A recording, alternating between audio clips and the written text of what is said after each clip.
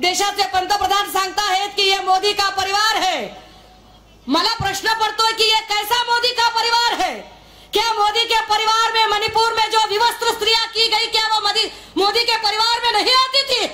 ब्रिजभूषण सिंग वरती ज्यांनी लैंगिक शोषणाचे आरोप केले, देशाच्या ऑलिम्पिक आणि सुवर्ण पदक कमावणाऱ्या आमच्या महिला खेळाडू काय त्या मोदीजींच्या परिवारामध्ये येत नव्हत्या? बुलढाणा वर्धा समृद्धी महामार्गावरती 25-26 लोक जे मृत्युमुखी पडले त्यांचे नातेवाईक आले होते।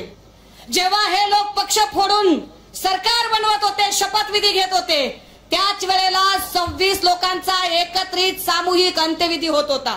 यातल्या एकाही नातेवाईकाला 25 लाख सोडा 25,000 सुद्धा दिले गेले नाही। काय ते मेलेले लोक मोदींच्या परिवारात येत नाहीत?